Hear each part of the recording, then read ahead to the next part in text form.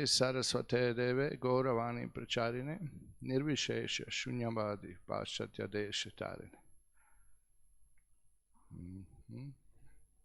Jai Sri Krishna Chaitanya Prabhu Nityananda Shri Advaita Gadadhar Shivasadi Gaur Bhaktavinda. Hare Krishna Krishna Krishna Hare Hare Hare Rama Ram Ram Hare Hare.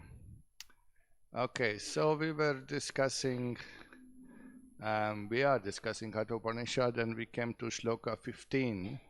So I just to remind you, read that one more time. The translation goes like this: that answer to Nachiketa's second boon to teach him that sacrificial fire which will give him moksha. Lord Yamaraj replied, and he described the yagya. So here he says, Yama described Lord Vishnu, the origin of the wars, who is manifest as fire, and the number of bricks used to build the kunda upon which the sacred fire is kindled. Nachiketa exactly repeated what he was told, and Yama, being pleased with him, spoke again. Now in the last part of the shloka you can see this point, that Nachiketa was pleased. Yama was pleased with Nachiketa, who was very attentive, and he could repeat what Guru was teaching him. So that was the system. That was a system that you learn, and then there is Guru asks you, okay, now you present. Traditionally it was like this, that you first memorize, and you have to repeat twice. And Guru tells mantra once, and disciple repeat twice to be able to memorize. And then bhashyas are taught. The explanations are taught, and then the disciple is asked to speak, to present. So there will be debates, there will be arguments put forward, and disciple, they have to defend it. We were having good fortune attending one of these debates between Madhvas and Mayavadis. What was that? Tatparya Chandrika commentaries in Madhva's line. The disciples, they would challenge Mayavadis live. What they say, real Mayavadis were invited, and somebody from Shankaraland came, two pandits and one sannyasi, three of them came, and there were like 10 Madhvas there. But disciples, first they were asked the questions. First disciples were asked the questions in front of everyone by their guru, and they would present the philosophy. And they had to answer on the spot. Everything was done in Sanskrit, of course. And it was very amazing to see. They answered everything, and all gurus were approving. And then gurus, the sannyasis who were teaching, they start debating with Mayavadis. And Visheshwar Tirtha himself was there. He was first listening debate between two pandits, then he himself entered into debate. And of course, everything was done with dignity and respect, but Shankaras were blasted again, as always, by Madhvas. And that was the system, that disciples should learn, he should repeat, he should be able to present the knowledge that he learned. He should be able to explain it in the same way that Guru taught him. No? So when Nachiketa exactly repeated what he was told, and Yama understood that Nachiketa understood, then he was pleased with him. So he spoke the second shloka. So today we are starting with shloka 16. Tam abrabit priyamano mahatma varam tavehadya dadami bhuyaha tavaiva namna bhavita yamagni sinkam chemam aneka rupam grihana. The great soul Yama was delighted with his pupil and told him, I'll grant you another boon immediately. Now apart from 3 boons, I give you another boon because you are such a good disciple.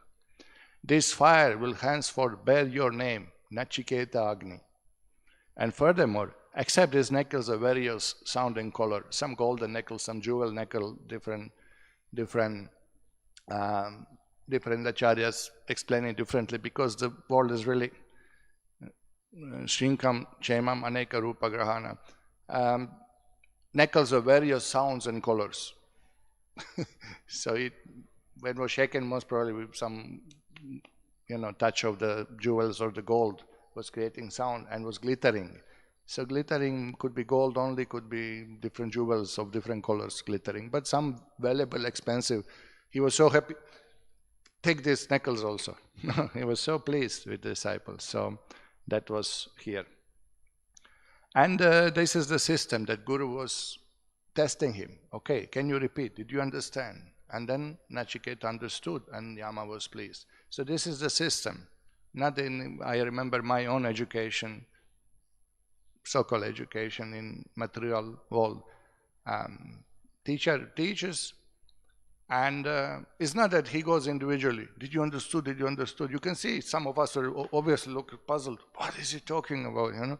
But say, if you didn't understand, read it yourself in the book. All right? Any questions? And then question. And how much time you have to answer a question? 5 minutes answer? No. And next time, exam. On exam, everybody's looking left, looking right, and you want to cheat, you want to have some cheat. No? That's why I wanted to say cheat, not cheat. And it's they don't really see that you understand. They did their class, their job is done, and you understood, not understood. That will be seen on exam. So it's difficult. But here the Guru cares. Guru pays attention. Did you understood or not? And also there is a whole list of qualifications of disciple in the Vedas. That disciple should be humble. No?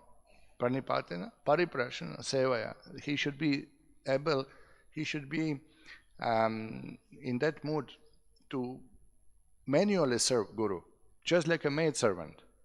That's really humbling. That's really humbling, It's you wash somebody's clothes, you massage his feet, you cook for him, you clean after him. But that shows you, that is expression how to show your appreciation for somebody. You are senior, you are Lord representative. I'm ready to serve you. Who am I to serve Lord directly? But Krishna kindly sent representative, Guru, I can serve him. This is his mercy. No, not that Guru cannot do all these things himself, but it's a given service to the disciples. And disciples take it sincerely. Should not be, I have to wash his clothes. What about teaching me Vedanta?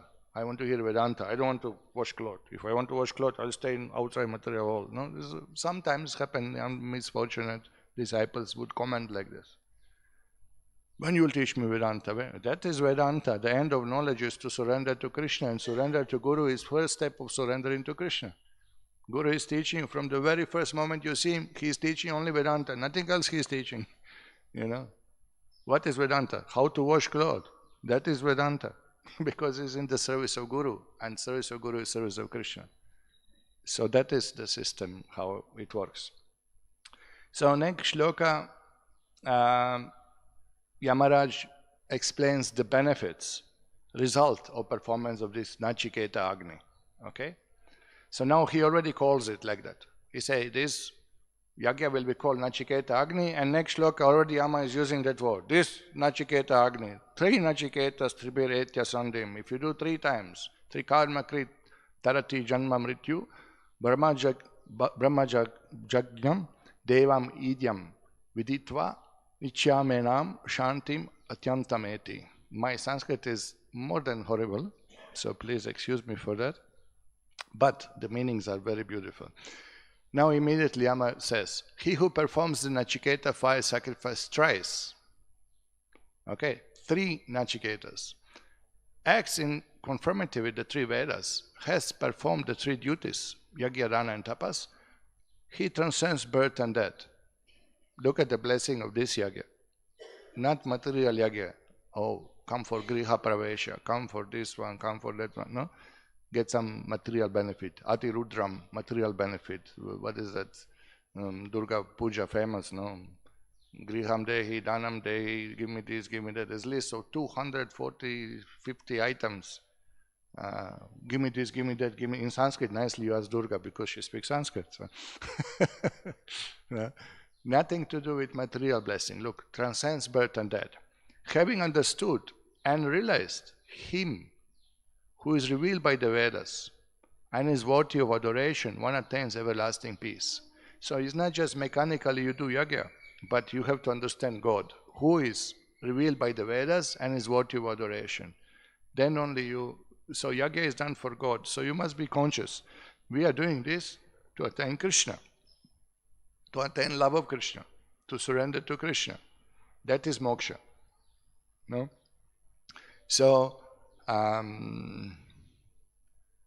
moksha Vishnu Angrilabham. Moksha is defined as moksha Vishnu Angrilabham. To attain lotus feet of Vishnu, that is moksha. Vishnu Angri. Vishnu, lotus feet of Vishnu, you grab. You collect dust from lotus feet. You become spark of dust. Ainanda tanuja kinkaram patitama vishameta. Kripayata pada pankaja sthitaduli sadrisham vichinte. Make me dust, particle of dust at your lotus feet. That is the prayer. So, Moksham Vishnu Angrilabham. So, both things, you can't just do mechanical. It's not, okay, you do this, and now some karmi professor will come. Okay, I'll do Nachiketa Yagya and I'll get moksha.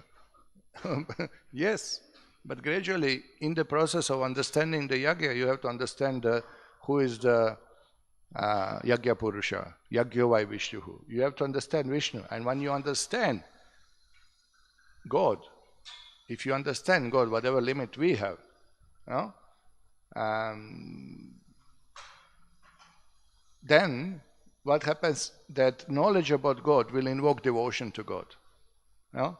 First time somebody walked in, you know, there was a nice guy, looking nicely dressed, he came with a big smile. I say, oh, welcome, you know. I welcome him and I ignore him, you know. And you can see in 2 minutes Shriram is running after. Prabhuji, collector has come. Oh, collector, okay. Now I learn something of his opulences. So immediately I change it. Okay, yes, please come. I'll give you some garland. So what to do? It is like this. You don't know who is he, then you have no proper relationship. But once you know, Aishwarasya, Samagrasya, Viryasya, Yashasasya, Jnana, Vairagya, then you appreciate Lord. Wow, Lord has amazing potency, amazing qualities, amazing form, amazing abode, amazing devotees, amazing leelas, amazing dealings. No, his incredible personality. Then you develop love for him. But you must know him. Knowledge is required. We don't want dry knowledge to, like dry speculators and some philosophers, and we don't want to become pandits in that way. We want knowledge which invokes bhakti. We want knowledge which will increase our attachment to Krishna and decrease attachment to material. So, but knowledge is required. Having understood and realized him, these are heavy words, difficult ones to achieve. Okay, so here, now the Madhvas explain these 3 Nachiketas. They say that, they explain like this.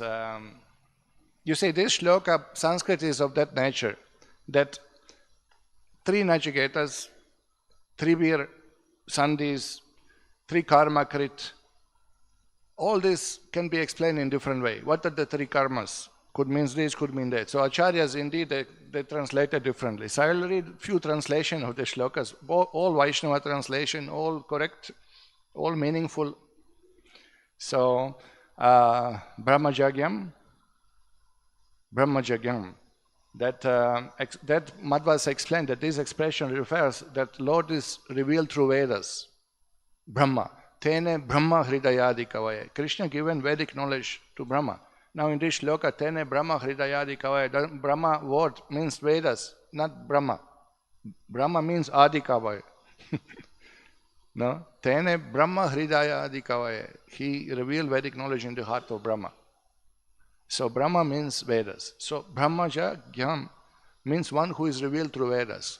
So if you do this, and Sandhi means to have relation with. So you should re-establish your relation with God, who is revealed in the Vedas. And second meaning also, Brahmajagyam means the one who is omniscient. So Brahmajagyam Devam, omniscient God, one who is omniscient, who knows everything. No, God. So, okay, let me see. Ramanuja's translation will show first. Okay, so in Ranga Ramanuja's commentary, which he takes from other acharyas also in his own realization, he translates like this. One who has studied 3 Nachiketas. One who has studied 3 Nachiketas. Okay. Now, before performing yagya, you must know the meaning of yagyas. So, this meaning of yagyas are explained in Brahmana portion of the Vedas. So he quotes Taittiriya Brahmana, which explains Nachiketa Yagya. So he said, you must understand these 3 anuvakas, 3 chapters of Taittiriya Brahmana, explanation, this starting with Ayam Vayayaf Pravate Sogni Nachiketaha.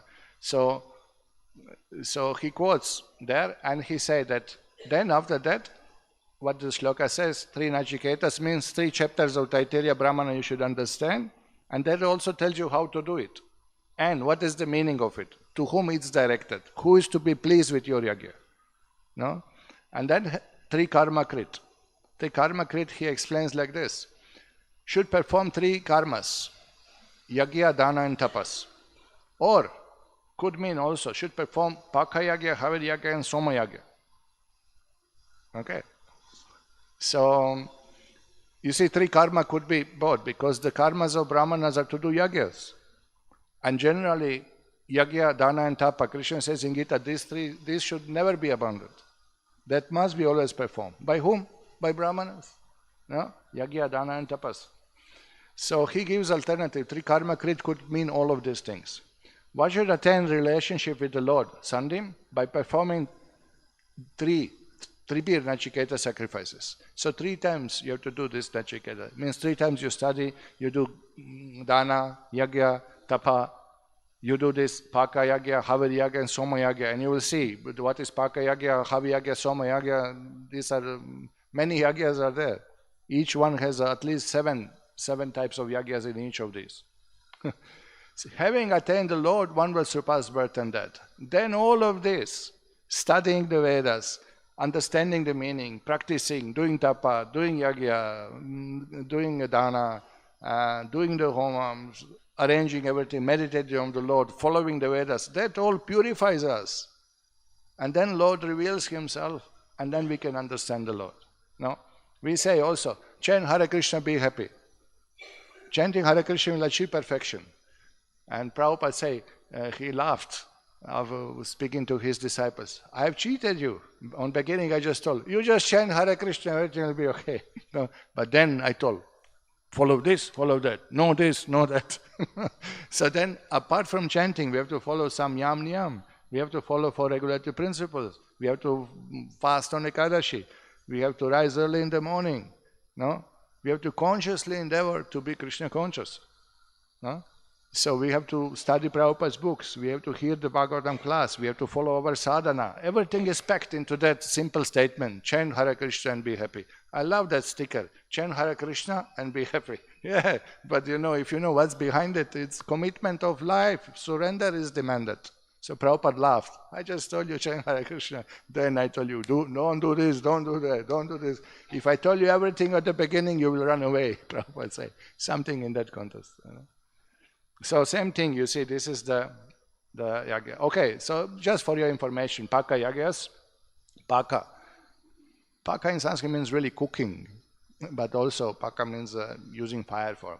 So these are 7 domestic sacrifices: huta, prahuta, ahuta, shulagava, baliharana, pratyavarohana, ashtakha homa, all these different things to be done. Havir yagya, 7 sacrifices are there. Havir, soma yagyas, again 7 types of those. So you know, there is so much Vedic knowledge, so many things to do.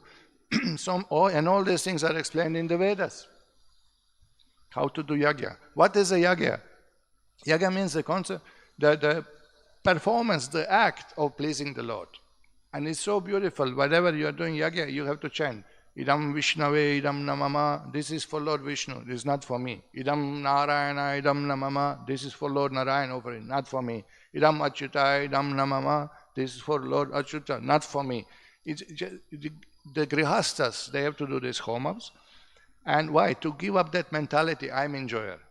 Aham mameti, I'm in the center of everything. Everything is meant for the pleasure of the Lord. Krishna akhile Krishna arte akhila cheshtita. Everything should be done for Krishna's pleasure. Everything means our breathing, our thinking, our feelings, our activities, everything should be done for Krishna's pleasure. That's the idea. Okay. So, okay. So here again, Brahma Jagyam, the soul which is born from Brahman and is conscious. That's another meaning given by Ramanujas in their commentaries. Brahmajagyam, one who is born of Brahman, soul. We understand that Yasya Prabha Prabhavato Jagadanda Kortim, that Lord's bodily effulgence is Brahmajyoti. Millions and millions of jivas are coming out of his body, shining. So, though the soul is unborn, Aja, it's born in the sense it's an eternal energy which is emanating from the Lord's body. So, you can say in that sense it is born, not in the time frame, and is conscious. Brahma means Vedas, he who has found or passed through the knowledge is Brahmaja, and Gya means omniscient. Again, Brahmaja Devam Idyam Viditva, knowing the Jiva, to have the Lord as very self. Realizing this, one becomes free from samsara. That is another meaning. Brahmajagyam Devam Idyam Viditva. If you know that your soul has a soul, like this body has a soul, the soul has a soul also, and that is Paramatma. No? Knowing the Jiva to have the Lord as his very self means Atma, which is Paramatma. Deva refers to God, the Supreme Self, the Supreme Brahman. So in that way, when you see, then the translation of shloka actually is fitting very nicely. No? He who performs 3 Nachiketas, as in conformity with 3 Vedas, has performed 3 duties, transcends birth and death. Having understood and realized him who is revealed by the Vedas and virtue of adoration, one attains everlasting peace. No? So this is the boon by performing the Yamaraja explains. Okay. What else we have? Yeah. And that Brahman we were discussing, no? The Deva means Supreme Self, Supreme Brahman. Now what is that Brahman? Again, something could be interpreted impersonal, could be interpreted something, undefined, anirvachaniya, as the Mayavadis used to say. But that Brahman is again described in Upanishads. Brahmanyo Devaki Putraha. That Brahman is the son of Devaki, Krishna, Supreme Brahman, Supreme Personality of God. Narayana Upanishad. Correct? So you see, for Vaishnavas, when the shloka says Brahman, we think of Krishna. No? Just like we are devotees, when you say peacock, you think of Vrindavan and Krishna, correct? No? But when I came to Tamil Nadu, we were with few local devotees and they say, oh, look, peacock. Oh, Murugan, Kartikeya. Come on. So if you don't know the nature of the word, your association will go somewhere else. If you're not understanding what is Brahman, no? Even Mayavadi, when they say Krishna, you say Hare Krishna, they also say Hare Krishna. But they think Krishna, I'm Krishna, you are Krishna, we are all Krishna. This is a problem. Your understanding on the words of the meaning. What does it mean when I say Krishna? When you say Krishna to the word Supreme Lord, Krishna, no? But Mayavadi think Krishna. You are also Krishna, I am also Krishna. No? It's very offensive, it's crazy, it's ignorance. So this is important to understand. So therefore, many times devotee asks, why it's used word Brahman? Because it's Brahman. Brahman means transcendental, Brahman means eternal, Brahman means Sachitanand. Why not to use it for Krishna? And when you know who is Krishna and when you know what is Brahman, you have no problem with it. But problem is when you don't know what is the meaning of it, then you get confused. Then you say, oh, Brahman, you see, he said Brahman, undefined something, consciousness, not the person, not the form. No? So, okay. Another translation, of course, Vaishnava translation, but another translation is here. 3 Nachiketa is explained, one who through Shravana, Manana, and Nididhyasana, which means hearing, manana, contemplating, nurture and assimilating, nididhyasana, Shruti text, that of the knowledge of Prasthanatraya, one who is with that, Shravana, Manana and Nididhyasana attitude, studying Prasthanatraya, Shruti, Smriti and Nyaya, means all the Vedas. Shruti, Smriti and Nyaya means everything that we have from Vedas. Okay, you may say Pancharatra is additional to it. But Shrutis, all the 4 Vedas, Smritis, all the supplements of Vedas, and Nyaya, all the darshanas. One who studies with Shravana, Manana and Nididhyasana, not just for the reading's sake. I read 6 darshana. Yeah, but did you have any darshan? That's the idea, So you see, with full concentration, contemplation, practice in life, dedication, you study this, no? Tribir etya sandhim, and accordingly leads a way of life with kaya, mana and vakya, three karma krit, with body, mind and words. You have to apply what you study, easily overcome cycle of birth and death. Now this word easily, when I read through myself, I started laughing. Yeah, easily. Yeah, it's a full surrender. That's what is demand. Demand is with all your shavana, manana, nididhyasana, study all the Vedas and practice it by kaya, mana and vacha, by body, mind and words, and then easily you will attain. It's easy. And forthwith, having realized that adorable, omniscient, self-illuminating, self-manifest Supreme Brahman attains final beatitude. And also you have to realize God. That's the goal of all this study. Vedesha sarvair aham eva vedyo. Krishna says, I am to be known by the Vedas. So what's the point? If you study all these things and do all these things and you don't realize God, then what's the point? Okay, I'll not torture you too much. Okay, let's go to the next shloka. Yama once again explains the good result of performing this Nachiketa Agni. Tri Nachiketas trayam etad viditva ya evam vidvams chinute Nachiketam samrityupashan purata pranodhya shokatigo modate swargaloke. Now again this word swargaloke is coming. No? And what does Yama says? He who has thrice performed this Nachiketa fire sacrifice and knows the three ingredients of the sacrifice, Lord Vishnu, the number of bricks and the manner in which they are arranged. Remember yesterday we were discussing different kundas for different purposes. It's very scientific. It's the means of reaching the Lord through yagya. You are offering something to Lord. You are addressing Lord. This is the media to have contact with the Lord. Just like chanting the holy name, you are directly in touch with the Lord. Doing the yagya, you are directly addressing the Lord. You are directly addressing, please Lord, accept this. Please Lord, accept this. Okay, so such a person, having thrown off the feathers of mortality, crosses over lamentation and enjoys spiritual bliss in the realm of personality of Godhead. So Swarga Loka is translated realm of personality of Godhead. Why? Because Swarga Loka itself is not beyond birth and death. Abrahma Bhuvana Loka Punaravartinojan. So this cannot refer to the Indra's Swarga Loka. This is referring to Vaikuntha. And there will be all explanation by Ramanujas in this. The pages and pages and pages of quotes to show you this Swarga refers to Vaikuntha. It's amazing. Actually, what I'm presenting here is just maybe 1% of the commentaries. Because honestly, I can't understand everything what they say. Everything. A little bit. And then, it's many things are explained grammatically through Panini's grammar rules. And, it's Sanskrit. And when you're explaining Sanskrit grammar rule, mostly you use Sanskrit. Not all of these are translated in English, So those who know the Panini grammar and everything, they can relish even more. It's mind-blowing. But one after another, pages and pages and pages on explanation. This Swarga Loka, it refers to Vaikuntha. And we'll come to that in a few moments. Okay. So, Madhva's, this is from Madhva's Acharyas. We are speaking of Vadiraj Tirtha's commentary, we are speaking of Raghavendra Swami's commentary, we are speaking of Madhvacharya's commentaries. Quite few Madhvas commented on this work. And they say that why Swarga Loka is used. Why not?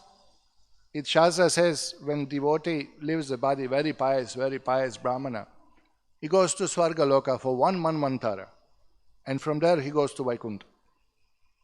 So that's fine. This Swarga Loka refers to his first stop and the final destination, both.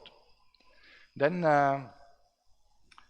and this is what Prabhupada said also for us, that we don't go directly to Vaikuntha. Prabhupada many times mentioned, I'll just give you one quote. Prabhupada said, after giving up the body, the devotee who becomes perfect in devotion service, all right, enters that particular universe where Lord Ramachandra or Krishna is engaging his pastimes. Prakata Lila, the Leelas of Lord within material universes. Then, after being trained to serve the Lord in various capacities, in that Prakata Lila, the devotee is finally promoted to Sanatan Dham, the supreme abode in spiritual world. Another place, Prabhupada says, first you go to Chaitanya Leela within material realm, then you go to Krishna Leela, then you go to Goloka.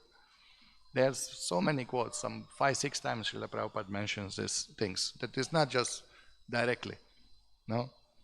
But of course, you go to the place of Krishna's pastimes. Wow, that's for me spiritual world already. No, who can achieve that? Even that, if we could achieve, no? No? That's unfathomable. It's difficult to achieve. Okay, and okay, now alternative reading to the shloka number 3. This is a third translation of the shloka. Knowing the 3 anuvakyas, that is the same, and knowing the Lord, the Jiva in the fire, the person who performs Nachiketa sacrifice gives up material attraction before leaving his body, and free of lamentation enjoys in Vaikuntha. Now this, even before leaving this body, one is Jivan Mukta. That's what this translation says. Now, and also through the Sanskrit words is very clear, And we know from Bhakti Rasamrita Sindhu we have same shloka, Iha yasya harer dasya, Iha yasya, even in this very life, Iha yasya harer dasya, one who is serving Lord, karmana manasa gira, with his 3 karmas, with his mind, with his body, with his words, nikila swapyavasta su, he is completely pure, Jivan Mukta sauchate. Even now he is Jivan Mukta.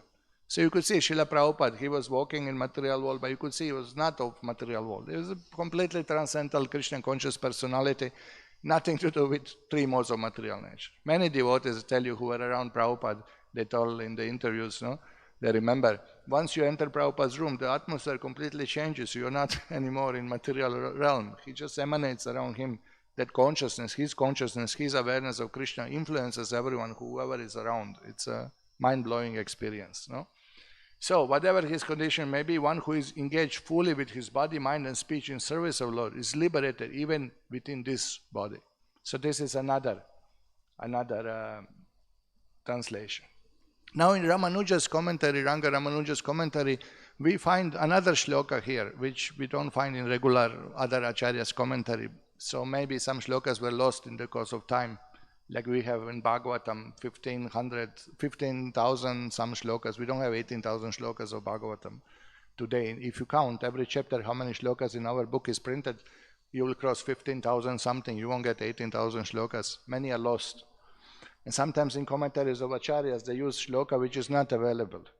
We had experience when we are studying glories of the holy name. So Jiva Goswami quotes Padma Purana, and he tells you, what is that? Padma Purana Naraka Kanda, and he tells the number of shloka, and he tells that Rama Nama gives moksha, Krishna Nama gives prem. There is a shloka. So I got the Padma Purana, I went through all shloka, it's not there. But Jiva Goswami quotes it, and other acharyas quotes it. It was there, now it's not there anymore. Means we are, never not having full spectre. So here one more shloka is there, according to Ramanujas.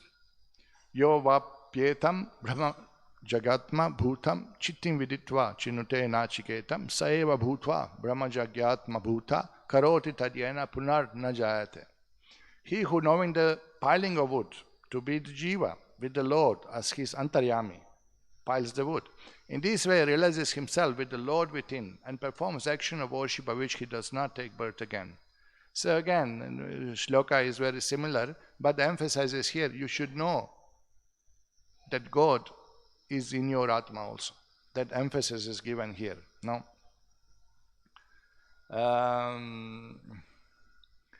And also this second shloka hints that you have to have knowledge. One who knows piling of wood. Okay, piling of wood means preparing the sacrificial area. And also you must know that it refers to the jiva with the Lord. Just like there is a fire within the wood, there is a, you are piling wood for yagya. Why? Because you know fire is there. It's the same thing when you do worship.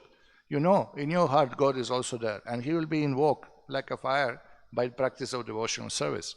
So the knowledge is emphasized. One should know how to do yagya along with knowledge of jiva, having as his antaryami Paramatma also. So that should be clear. See, what is the problem? Problem is, if you don't know this clearly, that Krishna is supreme, we are part and parcel of Krishna. Mama evam shojiva loka jiva bhuta sanatana. Krishnara nityadas. Jivara sarupa Krishnara nityadas. That you are servant of Krishna. Then whatever you read, if you don't know this sambandha jnana, this basic knowledge, Krishna is supreme, I am his servant. Then whatever you do is fit into that frame. Krishna is supreme, I am his servant. Then offering pranam makes sense. Doing puja makes sense. Doing prayers makes sense. Serving him, doing everything for him, thinking of him, everything fits. But if you don't have sambandha jnana clear, if you think, I am Krishna, you are Krishna, then when you read Gita, everything is messed up. No? Aham sarvasya prabhavo matta sarvam pravartate. I am the source of all the worlds. Madness, it creates chaos, havoc in your mind and attitude. I'm God, you are God, you'll become God. All this mess is coming from wrong sambandha jnana. And then when you read, everything is messed up. So here is emphasizing, better you know what is jiva, who is antaryami of jiva, who is supreme, who is not supreme. Everything make clear. Then you do yagya with knowledge. Then the result will be there. Oops. Okay. Okay, we'll go to the next shloka. We have no time. Eshate grirna chiketa swargyo yamma vrinite dvitiyena varena itma eta magnim tavaiva pavakshanti janasa tritiyam varam nachiketo vrinishva. So now the Yamaraj speaks here. That fire which you ask about in your second boon will be known by your name, and its performance will grant salvation. People will henceforth call this sacrifice by your name. Now, that being explained, ask for the third boon, O Nachiketa. So Yamaraj confirms now, yeah, this is the yagya by which people will get moksha, and it will be known by your name. And I explained to you, you repeated, you understood. Now ask for the third boon. This is the same. Now, again, this is 4 times Swarga. Swarga is used. So now the Ramanuja's commentaries really went ballistic on this one. Really, it's mind-blowing. How they don't want to have you any doubt that this is Swarga of material world. No, this is Swarga of Vaikuntha. This is described Vaikuntha. No? Because if you don't understand this, your mind is all the time into material benefits. But here is say that no more birth than that. This yagya will grant liberation. Swarga loka, nobody is liberated. No? So now this is very interesting.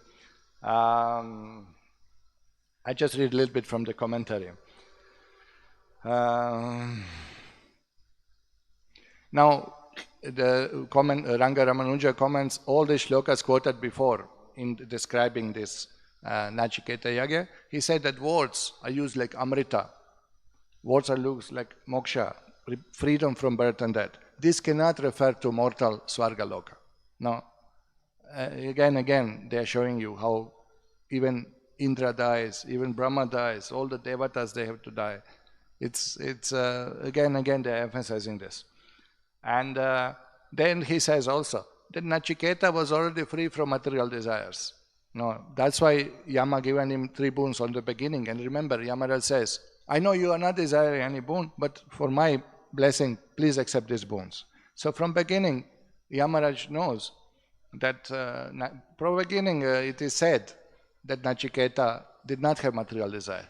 Who would he ask about material gain going to Swargaloka? No? Already his father was doing sacrifice to go to Swargaloka. No? In all that he knew about it, but he didn't ask about Swargaloka. He's asking about how to stop repeated birth and death. That's Swarga I want. Now the secret is Swarga means delight, enjoyment. So Ramanuja will quote you like anything that refers to Vaikuntha. Swarga itself words means enjoyment, delights. So why this word cannot relate to the word to Vaikuntha? No. Commonly is used Swarga. When you say Swarga, commonly we understand heavenly planets. But also means Vaikuntha, because the word itself means delight, enjoyment, pleasures, place of the pleasures, correct? So that they give very beautiful example, very clear. They say commonly when you say Partha, What do you think of? Arjun. When Krishna calls Arjun Partha, no? When Mahabharata say Partha was driving with Krishna on the chariot, who was there? Arjun, because it's commonly used Arjun. But what Partha means? Son of Pritha, son of Kunti. It refers to all sons of Pandavas. Just because it's commonly used for Arjun doesn't mean that word is losing potency to address other sons. So same thing, Swarga means delight, and commonly is used for material realm. But doesn't lose the potency to describe Vaikuntha also. Swarga means also Vaikuntha. And then they say, and if it's, and could be used, no, grammatically proper. If I address Yudhishthira or Bhima as Partha, true, sons of Pritha. There is no mistake in that, but it's not commonly done. Therefore people get confused. No? So he quotes this immediately. And then he say, if was nowhere in the Shastra any example of it, that Swarga was used for Vaikuntha, then we have to accept this Swarga is material Swarga. But so many times in the Shastra it is used Swarga for Vaikuntha, and then immediately they quote, finish, seal the deal. But this is what I told you now, this went through 20 pages of Sanskrit commentaries, you know. They really explain in many, many, many ways how this Swarga, there's no way that is material realm. Okay, immediately they quote, Kena Upaniṣad. Another Upanishad quote. You can see in commentary Upanishad, you'll find quotes from Upanishads only. You know. At the beginning of Kena Upanishad, it is said, Pranasya Pranam Uta Chakshu. I'll just read the translation because something important we have to discuss. Knowing the life of the life, the eye of the eye, the wise living this world attain immortality. Pranasya Pranam, knowing that who is the life of your life, knowing the Paramatma Antaryami again. No? Chakshusha Chakshur, who is in your eye that you can see? Who is giving you potency, power of eye to see? That is Paramatma. No? Ati Muchadira Pratyasmal Lokad Amrita Bhavanti. Amrita, again, immortality. Eternal life you achieve by knowing the Lord. Okay, then it is said, Tadeva Brahman Fam Vidhi. One should know Brahman.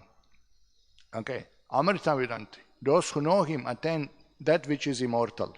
Okay, Satyam Ayatanam. The Vedas are the eternal abode. And then the conclusion comes. All the shlokas are quoted then.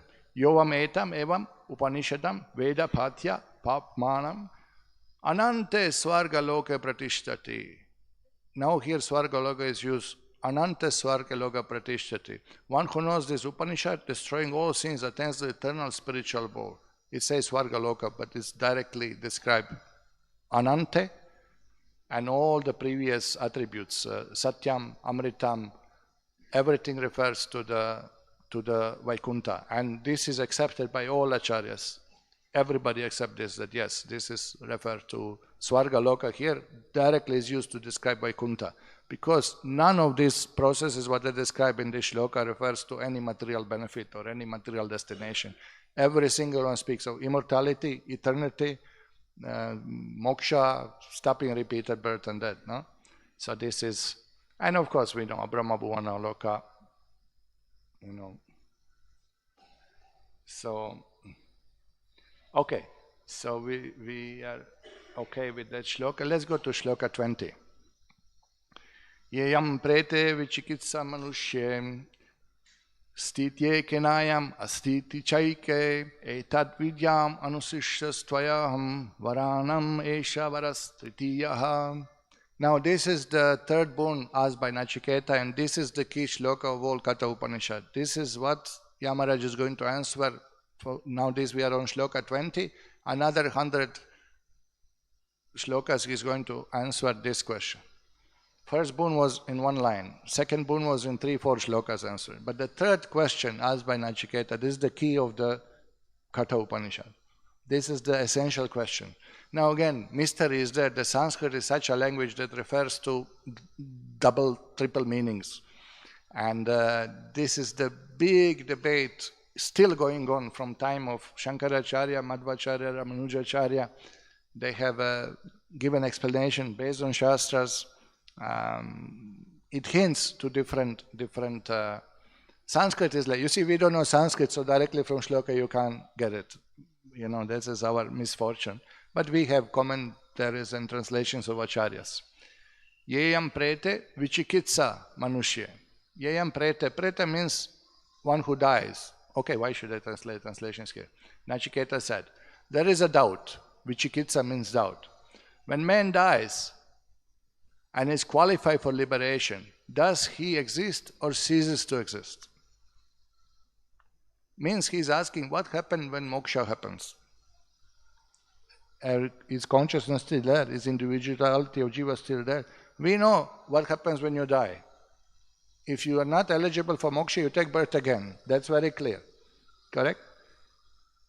But now he is asking, Sthiti-eka nayam astiti-eka. Is it there or not there? Now this is the thing. Sanskrit says just like this. Astiti-eka nayam astiti-eka. Is he there or he is not there? Is he existing or he is not existing? Prete, after dying. Okay. So now you see, what is the problem? Problem is that people could take it, you could take it grammatically in Sanskrit. Is there life after death? Does man after dying still going to live or not? Or is it soul there or not? You can say it in the simplified way like that.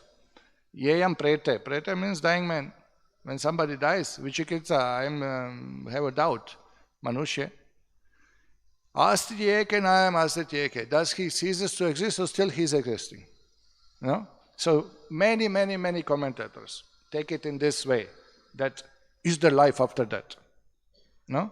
But if you think a little bit about context of the Kaṭha Upaniṣad and what they are discussing, he is already dead. He died. He met Yamaraj. Where is the question? Is there life after death? He is talking to Yamaraj. His body is dead, dropped in the father's lap on another place. No? So where is the question that there could be so simple? But Sanskrit is like this. You can take it like that also. And many commentators, translators, they go on and speak. This is the key of Kaṭha Upaniṣad. Is there life after death? Father was doing sacrifice to go to heaven. Means they all believed there is a next life because next life will go to heaven. Correct? You met Lord of Death. What is the point having Lord of Death if nobody survives? Nothing exists there. No? He is punishing, he is awarding, correct? He is sending you to Pitri Loka, he is sending you to Swarga Loka, he is sending you to Naraka Loka. Who is sending if nobody is there? No?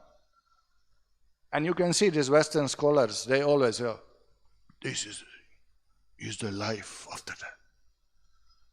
Bhama, we are speaking, all first 20 shlokas speaking about life after that. Correct? No? I want to attain immortality. Means what? You cease to be. Is that immortality? That's what Buddha says. You become nothing. No?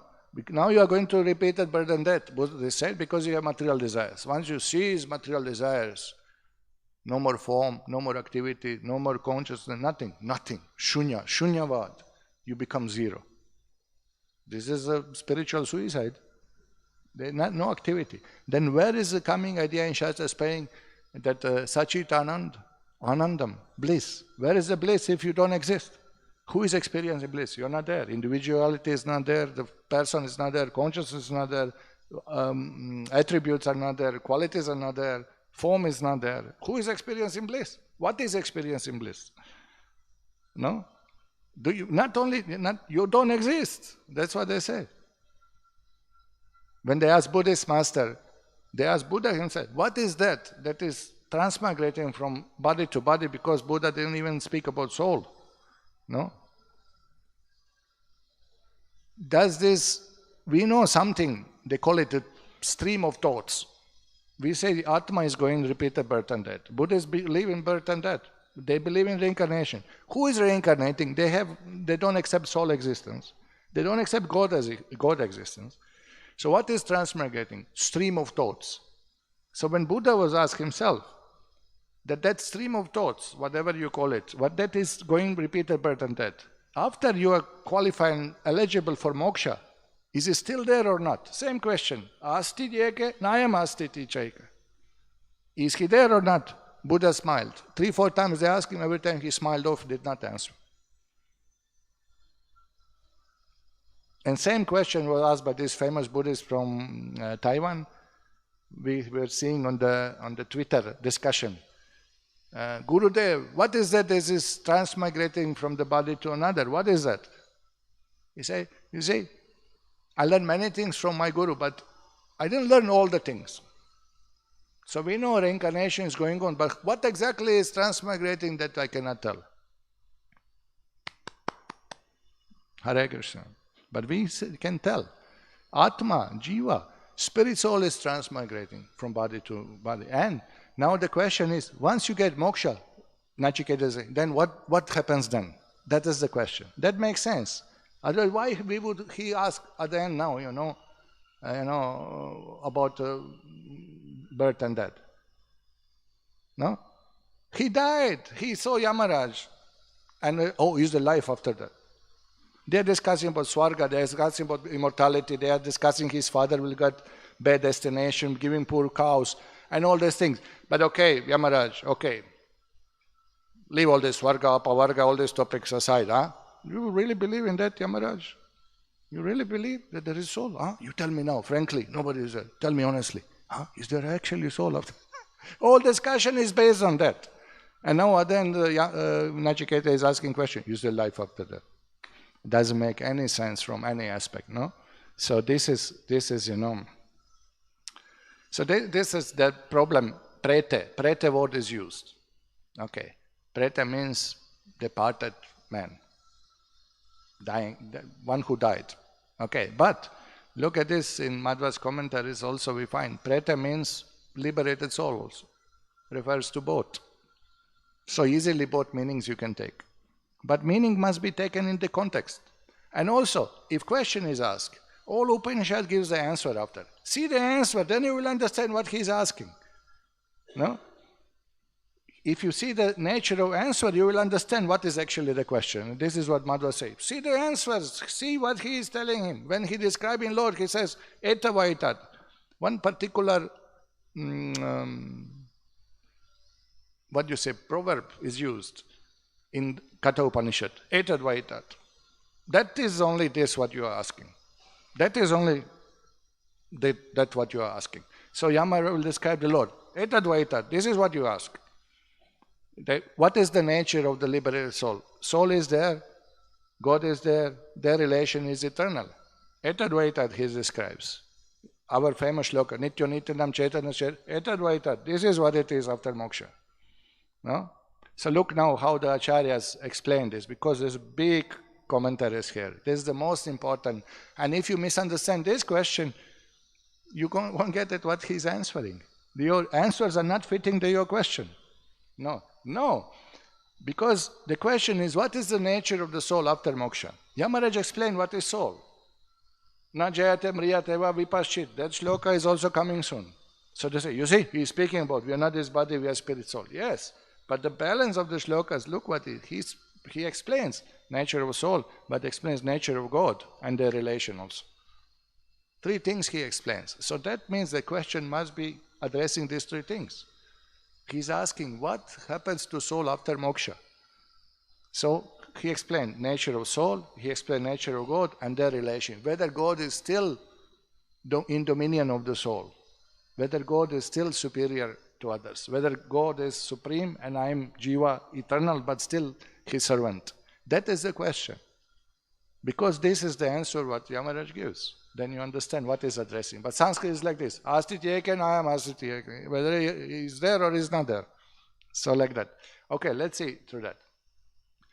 So first translation is like that. Does one exist after death or not? Or is there such a thing as soul or there is not? Or is there life after death? These are common translations of this shloka. But you can see the sadhus, even some of the Shankaras, they say, no, this is not about birth and death. This is about moksha. Even they get it. When man dies and is qualified for liberation, does he exist or ceases to exist? Does the individuality of soul continues even after moksha? So Srila Baladev Vidyabhushan, in his commentary on Vedanta Sutra, he just mentions Kaṭha Upaniṣad in his explanation. And he says, in this passage of Kaṭha Upaniṣad, only 3 questions are asked. Nachiketa's request that his father be kind to him, his request for celestial fire, and his desire to know the true nature of the self. Nothing else is asked. Now this true nature of the self, what is the true nature of the self?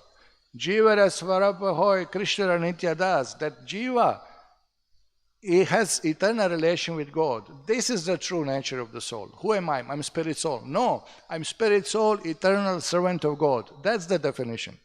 Because only if you speak about soul without relation to God, you are not having full knowledge of the self. Full knowledge of the self is, I'm spirit soul, then what? I have to serve God. If you just stop, I'm spirit soul, aham brahmasmi, then you may misunderstand, I'm Brahman. No?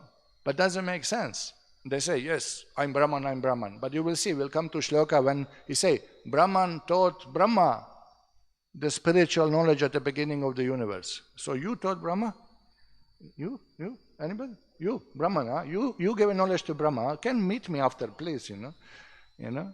You understand the illusion, how it mesmerizes your mind if you don't understand proper Siddhanta. You don't understand the Sambandha Jnana. You're not getting it, that this is not the... I am soul, but what is soul? Mama evam shajiva loka. It's part of God, yes, but doesn't mean I'm God. Means I'm spirit, God is spirit. I'm eternal, God is eternal. I'm conscious, God is conscious. But my consciousness is limited, my qualities are limited, my powers are limited.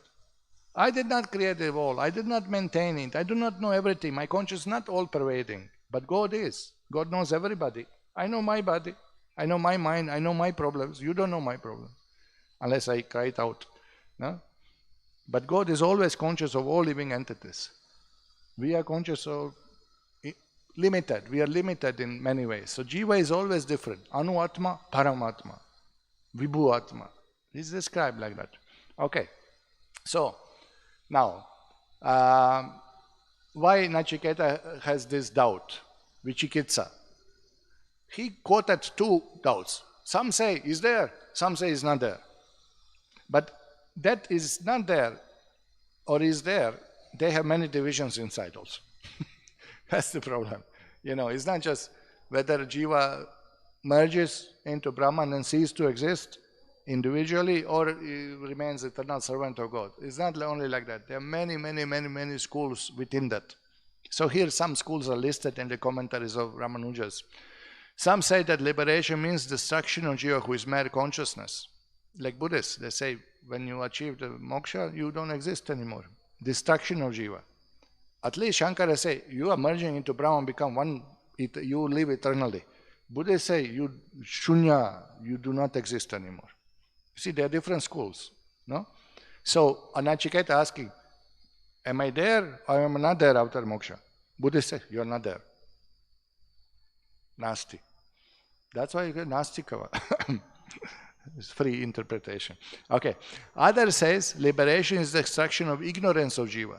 Just Jiva is, ignorance is removed. And then what you know? Then you realize, aham brahmasmi, tattvamasi, etat va etat, you are that Supreme Lord. But then that pulls up so many other questions. If I'm God, why I'm under illusion? God means supreme power, no asama urdhva, nobody above, nobody below, nobody equal. No, everybody below, sorry. Nobody above, nobody equal. No? So how can something sit on my head and put me in illusion? I'm God who has stomach problem. I'm God who has back pain, neck pain, mind pain. I'm forced.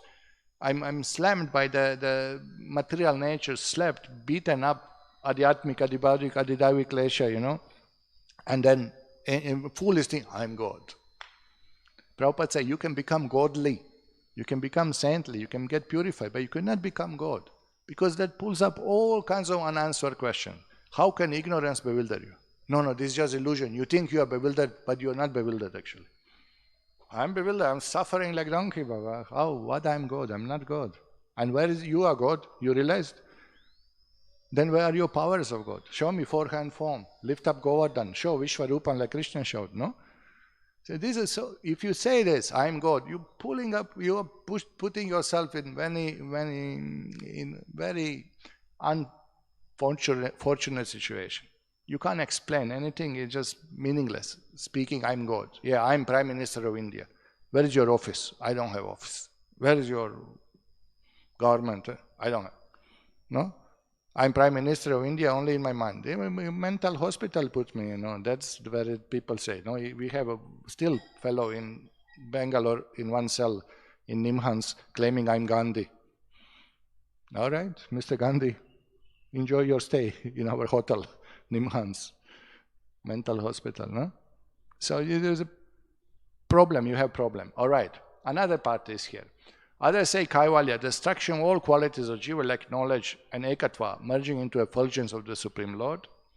Others say liberation is the realization of Lord after Jiva destroys his ignorance and adi karmas. And so Nachiketa says, I should know the nature of liberation and its method by your mercy. So he's asking, what is actually liberation? What happens to Jiva? And its method, how does it work? So Ramanuja also said, like Madhva, Nachiketa is not asking about survival of soul after death. He is actually asking the nature of moksha. What happens there? What is the relation? But now you will see, Ramanujas, these are the Ramanujas so far. Madhvas, they go a little further. But they give the, let me go first to the arguments here. The first argument is that, of course, we already said that he already died and in subtle body he went to Yamaraj. His father was holding dead body on his lap. So obviously he is conscious and aware, so it doesn't make sense. Father was doing yajna to achieve heavenly plans, so they knew there is life after life. After that, Nachiketa worried that father will not achieve good realms, rather some joyless place. He himself said, my father go to joyless place. So he is fully aware there is life after that. And by asking second boon to Yamaraj, Nachiketa asked, how do I attain, give me that yagya that I will attain immortality. So he's asking for moksha, he's asking for eternal life, you know. So what's the point? He's already saying, I don't want anything material.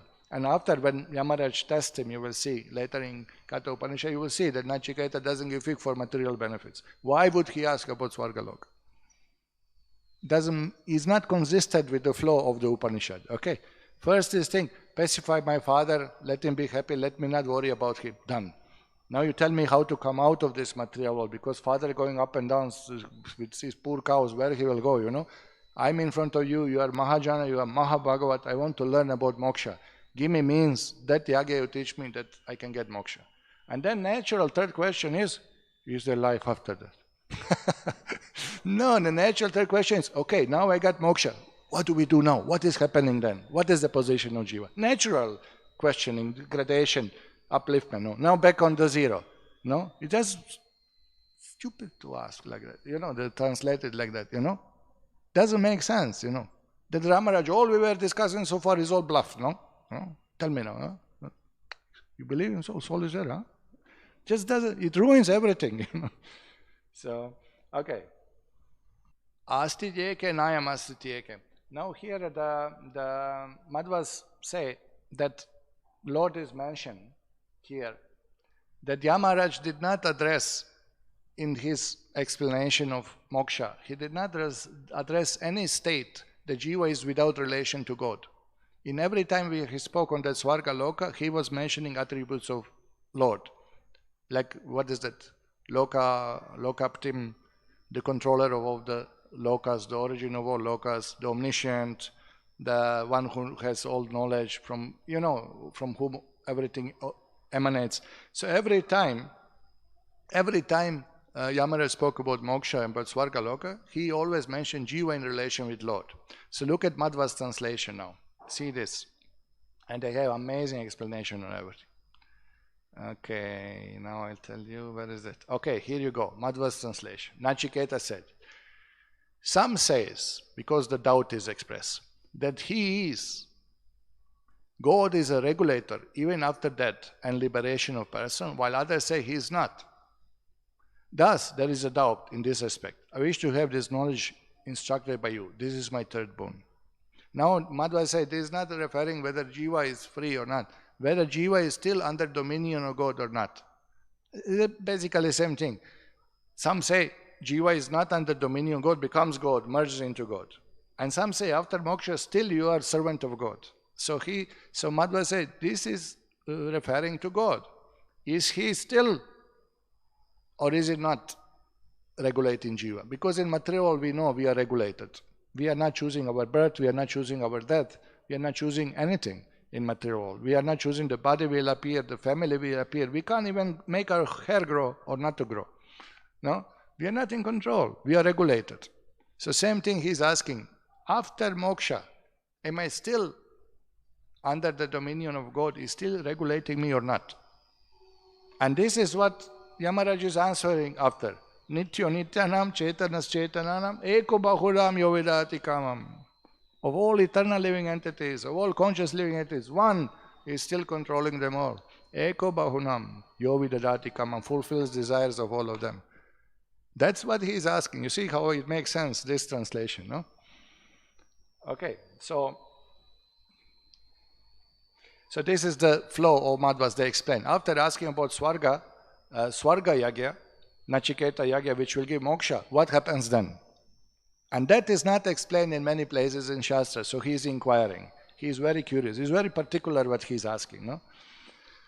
So if Yamaraj explains, yes, God is still there and soul is still there, that will prove individuality of jivas, and that will show, that will it will minimize that concept of merging, and it will defeat it basically, So he also quotes that not Madhvacharya, but in the Madhva line, one commentator said, Preta mrit purushe mukta cha manushe. The Preta refers to both dead and to liberated person. Because liberated person also dead materially. Means he has nothing to do with material realm anymore. So he is also called Preta. So they quote, Preta mrit purushe mukta cha manushe. So because of this, that Preta can refer to dead man and liberated man, you have this double translation of the shloka. But most of people, I don't know, some or other, they all got stuck with the first one, and they can't link any other shlokas to it. They can link only the shlokas which describe jiva, like Ratinam, Shariram, the chariot and body, and this Najayate, Mariyate. Few shlokas about jiva which Yamaraj explained, they can link to. But the balance of shloka is nothing to do with the question then. But here everything fits. Everything fits. So now Madhvas, they say, that already I explained, that nature of third question, if it's not clear from the question itself, you can ascertain by studying the answers. Once you see the answers, then you know what he was actually asking. No? Sometimes in our conversation, Gaur Bhagavan and Sri Ram were discussing something. I came in the middle of conversation. So I thought, hey, no, this is not... Gaur Bhagavan asked something and Sri Ram is answering something else. Not always, but sometimes happens. No? So I asked, hey, no, this is not the answer. Then Gaur Bhagavan said, no, this is what I asked. So I came in the middle, I couldn't get why the answer is like this. No? But by hearing the answer fully, I understood, that is what he was asking. Because the answer was simplified, but he was answering something else. So it took time to link. By the answer, you could understand what actually he was asking. And that was confirmed also by the person asked.